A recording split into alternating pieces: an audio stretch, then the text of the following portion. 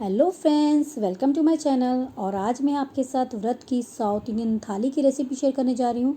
कुछ लोगों को लगता है कि व्रत का खाना बहुत ऑयली बनता है, इसलिए वो लोग फ्रूट्स पर ही डिपेंड रहते हैं, मगर ऐसा नहीं है। व्रत का खाना कम ऑयल और घी में भी टेस्टी और हेल्दी बनाया जा सकता है।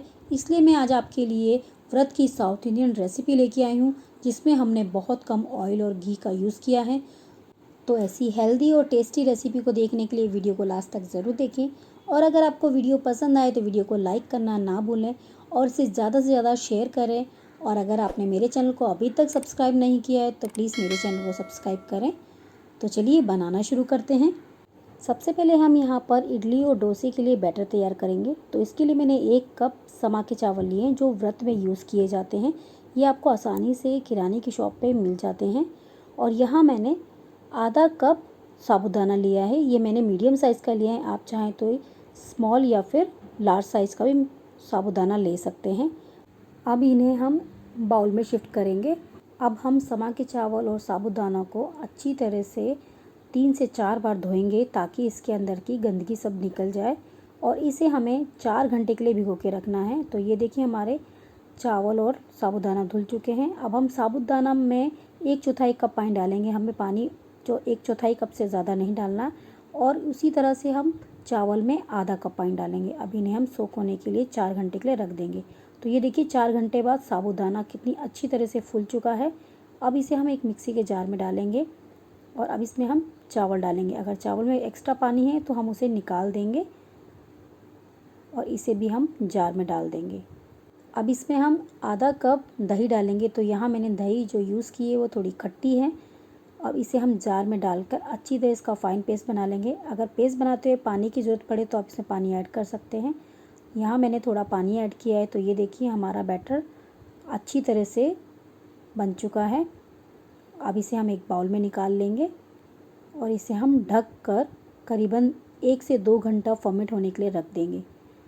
तो चलिए अब हम सांभर बनाते हैं। तो सांभर बनाने के लिए यहाँ सबसे पहले हम 2 टमाटर लिए हैं, जिसको मैंने चारों साइड से हल्के हल्के कट लगा दिए हैं। और इसको हम पानी में डालेंगे। इसको हमें अच्छी तरह से उबालना है। उबालने के बाद हम इसका पेस्ट बनाने वाले हैं। तो यहाँ हम टमाटर को अच्छी तरह से उबालेंगे। आप चाहें तो डायरेक्ट टमाटर का भी पेस्ट बना सकते हैं, मगर इस तरह से बनाने से टमाटर की प्यूरी बहुत अच्छी बनती है। तो हमारे टमाटर अच्छी तरह उबल चुके हैं। अब इसे हम ठंडा होने देंगे और उसके बाद इसका छिलका निकाल कर इसका फ़ाइन पेस्ट बना लेंगे। तो चलिए अब हम तड़का तैयार करते हैं। तो यहाँ मैंने एक पैन लिया है, इसमें मैं 1 से 2 चम्मच तेल डाल रही हूँ। आप चाहें तो ये रेसिपी घी में ही बना सकते हैं। अब इसमें हम 2 साबुत लाल मिर्च डालेंगे। मिर्च को थोड़ा सा भुनने देंगे। अब इसमें हम 1 चम्मच जीरा डालेंगे और जीरे को भी अच्छी तरह से हम भून लेंगे। तो ये देखिए, हमारा जीरा भुन चुका है। अब इसमें हमने जो टमाटर की प्यूरी बनाई थी, हम इसमें टमाटर की प्यूरी डाल देंगे। अगर आपके पास कड़ी पत्ता हो तो आप कड़ी पत्ता ज़रूर डालें, क्योंकि मेरे पास कड़ी पत्ता नहीं था तो इसलिए मैंने इसमें कड़ी पत्ता नहीं डाला है। मगर इसमें कड़ी पत्ता आप डालेंगे तो इससे बहुत ही अच्छा टेस्ट भी आएगा। तो चलिए अब इसमें हम मसाले ऐड करते हैं। तो मसालों में यहाँ मैंने 1 चम्मच लाल मिर्च पाउडर डाला है। अब इसमें 1 चम्मच कश्मीरी लाल मिर्च पाउडर डालेंगे। कश्मीरी लाल मिर्च पाउडर से इसमें बहुत ही अच्छा कलर आएगा। आधा चम्मच काली मिर्च का पाउडर। अब इसमें हम सेंधा नमक डालेंगे। तो नमक आप अपने टेस्ट के अकॉर्डिंग डाल सकते हैं। अब इसमें हम 2 चम्मच धनिया पाउडर डालेंगे। अगर आप इनमें से कोई भी मसाला व्रत में नहीं खाते हैं तो आप स्किप कर सकते हैं, मगर जो मसाले मैंने यहाँ पर डाले हैं वो सभी मसाले व्रत में खाए जाते हैं, तो आप इन्हें आसानी से डाल सकते हैं। और अब मसाले को हम अच्छी तरह से भूनेंगे जब तक कि ये अच्छी तरह से ना भुन जाए। तो ये देखिए, हमारा मसाला भुन चुका है। इसमें से जो तेल है वो भी थोड़ा थोड़ा सेपरेट होने लगा है।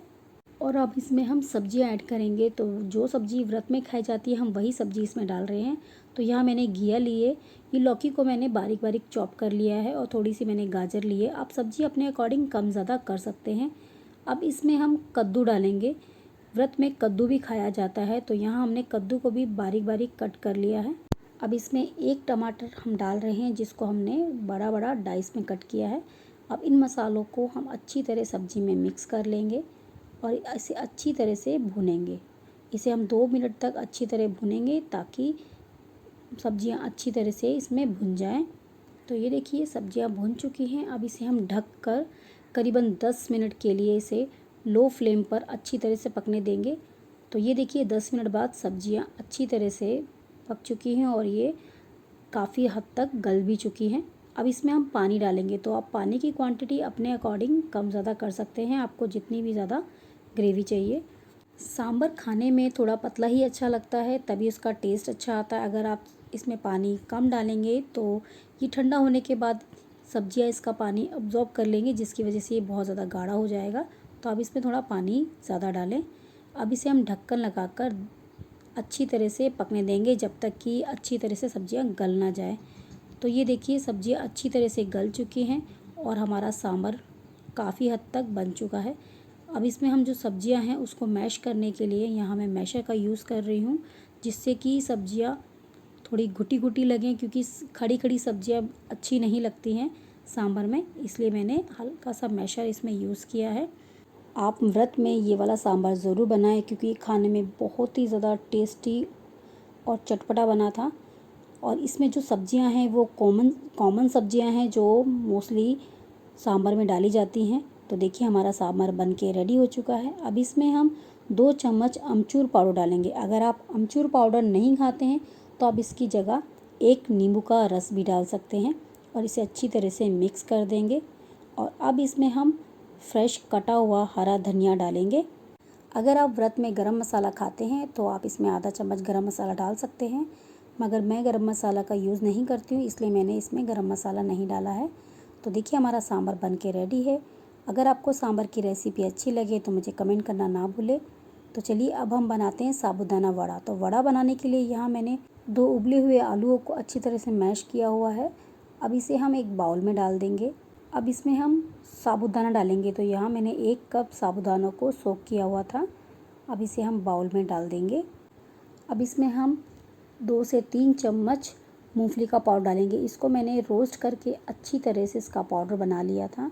इसमें हमने 2 चिली डाली है, जिसको बारीक चॉप कर लिया है। आप स्पाइसेस अपने अकॉर्डिंग कम ज़्यादा कर सकते हैं। अब इसमें हम सेंधा नमक डालेंगे अपने टेस्ट के अकॉर्डिंग। आधा चम्मच काली मिर्च का पाउडर डालेंगे और इसमें हम फ्रेश हरा धनिया डालेंगे। आप धनिया इसमें थोड़ा ज़्यादा ही डालें तो और भी अच्छा लगेगा ये खाने में।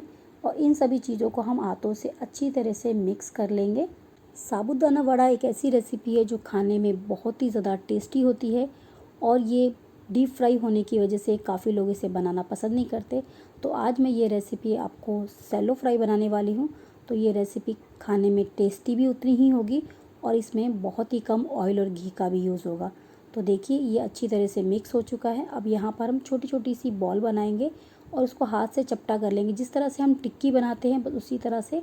और बीच में मैं फिंगर से इसमें होल बना रही हूँ। तो देखिए इसी तरह से हम सारे वड़े तैयार कर लेंगे। तो अब हम इसे फ्राई करेंगे। तो पैन में मैंने यहाँ पर घी का यूज़ किया है, यहाँ मैंने ऑयल का यूज़ नहीं किया है। तो मैंने यहाँ 2 बड़े चम्मच ही घी डाला है। अब इसमें एक एक करके मैं सारे वड़े डाल दूँगी और इसको मैं मीडियम फ्लेम पे अच्छी तरह से सैलो फ्राई होने दूँगी। अगर आप वड़े की और भी हेल्दी रेसिपी देखना चाहते हैं जिसमें मैंने बहुत ही कम ऑयल या घी का यूज़ किया है, तो आप मेरे डिस्क्रिप्शन बॉक्स से देख सकते हैं, वहाँ मैंने लिंक शेयर किया हुआ है। तो ये देखिए हमारे वड़े एक साइड से फ्राई हो चुके हैं। तो अब इसे हम पलट देंगे। ये वड़े बहुत ही जल्दी बन के भी तैयार हो जाते हैं और खाने में ये बहुत ही ज़्यादा क्रिस्पी भी रहते हैं। तो आप ये रेसिपी ज़रूर ट्राई करें। और अगर आपको मेरी वड़े की रेसिपी पसंद आए तो मुझे कमेंट करना ना भूलें। साबूदाना वड़ा बनाना बहुत ही ज़्यादा इजी है और ये खाने में बहुत ही ज़्यादा टेस्टी, चटपटे और कुरकुरे लगते हैं। तो आप ये रेसिपी ज़रूर ट्राई करें। और ये देखिए दोनों साइड से हम इसको पलटते रहेंगे। आप चाहें तो जितना भी इसको ज़्यादा फ्राई करना चाहते हैं उतना फ्राई कर सकते हैं। तो ये देखिए हमारे वड़े दोनों साइड से अच्छी तरह फ्राई हो चुके हैं। तो अब हम इन्हें निकाल लेंगे। तो इस नवरात्रि में आप ये वड़े की रेसिपी ज़रूर ट्राई करें। और अगर आपको मेरे साबूदाना वड़े की रेसिपी अच्छी लगे तो मुझे कमेंट करके ज़रूर बताएं। तो चलिए अब बनाते हैं हम नारियल की चटनी। नारियल की चटनी बनाने के लिए यहाँ मैंने फ्रेश नारियल लिया है। यहाँ मैंने आधे नारियल का यूज़ किया है, जिसका मैंने छिलका निकाल लिया है। अब इसमें हम हरा धनिया डालेंगे। तो आप धनिया अपने अकॉर्डिंग कम ज़्यादा कर सकते हैं। अब स्पाइसी के लिए मैंने यहाँ पर 2 हरी मिर्च डाली है। इस पर मैंने भुने हुए पीनट डाले हैं 2 से 3 चम्मच, सेंधा नमक और थोड़ा सा पानी डाला है। आप चाहे तो इसमें अदरक का टुकड़ा भी डाल सकते हैं। अब इसे हम अच्छी तरह से पीस लेंगे। पीसने के लिए अगर आपको इसमें पानी की ज़रूरत लगे तो आप पानी ऐड कर सकते हैं। मैंने भी यहाँ थोड़ा पानी ऐड किया है। तो ये देखिए हमारी चटनी रेडी हो चुकी है। अब इसे हम बाउल में शिफ्ट कर लेंगे। तो चलिए अब इसके लिए तड़का तैयार करते हैं। तड़का तैयार करने के लिए मैंने यहाँ 1 चम्मच ऑयल लिया है, जिसमें मैंने 2 साबुत लाल मिर्च डाली है। अब इसमें 1 चम्मच जीरा डालेंगे, इसको अच्छी तरह भून लेंगे। मेरे पास कड़ी पत्ता नहीं है तो मैंने कड़ी पत्ता नहीं डाला है, मगर आप इसमें कड़ी पत्ता ज़रूर डालें क्योंकि कड़ी पत्ता से बहुत ही अच्छा टेस्ट आता है। तो मेरे पास नहीं था तो मैंने नहीं डाला है। तो ये देखिए इसको हमने अच्छी तरह से भून लिया है। अब इस तड़के को हम अपनी चटनी पे डाल देंगे। तो ये देखिए हमारी इजी और टेस्टी नारियल की चटनी बनके रेडी हो चुकी है। अगर आपको चटनी की रेसिपी पसंद आए तो मुझे कमेंट ज़रूर करें। तो चलिए अब बनाते हैं पायसम। साउथ इंडिया में पायसम बहुत ही ज़्यादा फेमस रेसिपी है। तो इसके लिए मैंने यहाँ पर 1 चम्मच देसी घी का यूज़ किया है। अब इसमें मैं कुछ ड्राई फ्रूट्स डालूँगी। तो मैंने ड्राई फ्रूट में काजू और बादाम को चॉप कर लिया था। इसको मैं लो फ्लेम पे 30 सेकंड के लिए अच्छी तरह से भूनूंगी, ताकि ये अच्छी तरह से हल्के से गोल्डन ब्राउन हो जाएं। हमें इसे ज़्यादा नहीं भूनना है। अगर आप इसे ज़्यादा भूनेंगे तो इसका टेस्ट बहुत ख़राब हो जाएगा और ये खाने में कड़वे लगेंगे। तो आप इसे बहुत कम फ्लेम पर और इसे बहुत ही कम टाइम के लिए भूनें। तो यहाँ सिर्फ मैं 30 सेकंड के लिए भून रही हूँ। तो ये देखिए हमारे ड्राई फ्रूट भुन चुके हैं। अब इसे हम एक प्लेट में निकाल लेंगे। अब इसी घी में हम चावलों को भूनेंगे। तो यहाँ मैंने समा के चावल लिए हैं करीबन 2 बड़े चम्मच, जिसे मैंने 10 से 15 मिनट के लिए भिगो के रखा था। अब इसे हम इसमें डाल देंगे। जो साउथ में पायसम बनता है वो राइस से बनाया जाता है, बट व्रत में राइस नहीं खाया जाता है। यहाँ पर समा के चावल ही खाए जाते हैं, इसलिए मैंने यहाँ समा के चावल का यूज़ किया है। अब इसे हम 2 मिनट तक लो फ्लेम पे अच्छी तरह से भूनेंगे। हमें इसे ज़्यादा देर नहीं भूनना है, सिर्फ 2 मिनट के लिए भूनेंगे लो फ्लेम पर। और वैसे भी समा के चावल की जो खीर बनती है वो खाने में बहुत ही ज़्यादा डिलीशियस होती है। तो आप ये रेसिपी तो ज़रूर ट्राई करें। तो देखिए हमारे चावल भून चुके हैं। अब इसमें हमने करीबन 1 लीटर दूध डाला है। 1 लीटर से मैंने थोड़ा कम डाला है और ये दूध मैंने बॉइल्ड दूध डाला है और ये फुल क्रीम दूध है। आप चाहें तो टोन दूध भी यूज़ कर सकते हैं। अब इसमें मैं 2 चम्मच मिल्क पाउडर डालूँगी। मिल्क पाउडर से इसका टेक्सचर बहुत ही क्रीमी बनेगा और खाने में ये बहुत ही ज़्यादा डिलीशियस बनेगी। आप मिल्क पाउडर ज़रूर डालें क्योंकि मिल्क पाउडर से थोड़ा इसका रबड़ी जैसा टेस्ट भी आता है, तो ये पायसम और भी ज़्यादा टेस्टी बन जाता है। अब इसे हम अच्छी तरह से लो फ्लेम पे चलाते हुए इसे पकने देंगे और ये खीर बहुत जल्दी बन के तैयार हो जाती है क्योंकि समा के जो चावल होते हैं वो बहुत ही जल्दी गल जाते हैं। उसको बनाने में ज़्यादा टाइम नहीं लगता है। पायसम साउथ की बहुत ही ज़्यादा फेमस डिश है, जिसे नॉर्थ में खीर भी बोला जाता है। तो ये पायसम चाहे तो आप सेवइयाँ का भी बना सकते हैं, राइस का ही बना सकते हैं। तो वो एक तरह की स्वीट है जिसे दूध में पकाया जाता है। तो ये पायसम आज मैं समा के चावल के साथ बना रही हूँ। अब इसमें हम आधा चम्मच इलायची का पाउडर डालेंगे और इसमें जो हमने ड्राई फ्रूट फ्राई किए थे अब उसे भी डाल देंगे और इसे अच्छी तरह से मिक्स कर देंगे। तो हमारी खीर बनके ऑलमोस्ट रेडी हो चुकी है। लास्ट में हम इसमें चीनी डालेंगे। तो चीनी आप इसमें थोड़ा कम ही डालें क्योंकि हमने इसमें मिल्क पाउडर का भी यूज़ किया है। अगर आप चीनी ज़्यादा डाल देंगे तो बहुत ही ज़्यादा मीठी हो जाएगी क्योंकि मिल्क पाउडर भी थोड़ा मीठा होता है। तो इसमें हमने चीनी डाल दी है और इसे अच्छी तरह से मिक्स कर देंगे। जब तक इसमें चीनी अच्छी तरह मिक्स ना हो जाए तब तक हम इसे चलाते रहेंगे। और ये हमारा डिलीशियस पायसम बनके रेडी हो चुका है। सीरियसली ये पायसम की रेसिपी बहुत ही ज़्यादा डिलीशियस बनी थी। तो आप ये नवरात्रि में या फिर किसी भी व्रत में ये रेसिपी ज़रूर ट्राई करें। और अगर आपको मेरी पायसम की रेसिपी पसंद आए तो मुझे कमेंट करना ना भूलें। तो चलिए अब हम बनाते हैं यहाँ पर इडली। तो इडली बनाने के लिए मैंने बैटर को अलग अलग शिफ्ट कर दिया था थोड़ा सा। अब इसमें मैंने डाला है सेंधा नमक।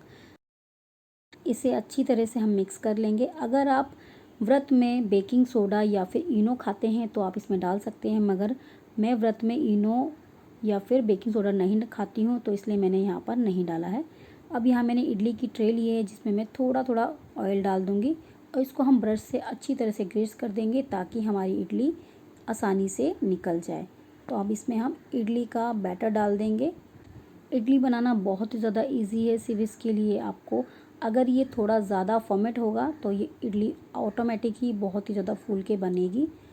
तो चलिए अब हम इडली को स्टीम करते हैं। तो स्टीम करने के लिए मैंने यहाँ पर पहले से ही स्टीमर को गर्म करके रखा है।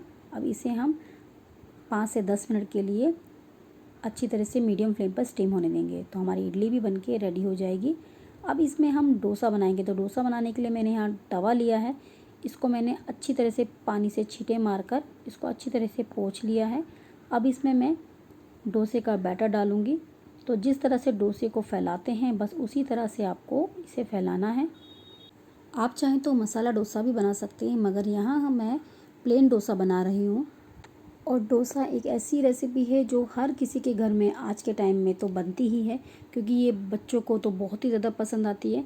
तो ये देखिए हमारा डोसा सीख चुका है। तो मैंने यहाँ पर थोड़ा सा ऑयल डाला है और हमारा डोसा बन के रेडी है। अब इसको हम पलट लेंगे और निकाल लेंगे। इसी तरह से हम सभी डोसे तैयार कर लेंगे। तो ये देखिए हमारी डिलीशियस व्रत की साउथ इंडियन थाली बन के रेडी हो चुकी है। अगर आपको मेरी साउथ इंडियन व्रत की थाली पसंद आए तो मुझे कमेंट करके ज़रूर बताएं। तो अब आप इस नवरात्रि में इस तरह की हेल्दी और बहुत ही कम ऑयल घी में बनी हुई थाली की रेसिपी ज़रूर ट्राई करें। और वीडियो को लास्ट तक देखने के लिए थैंक यू सो मच। तो मिलते हैं इसी तरह से न्यू रेसिपी के साथ।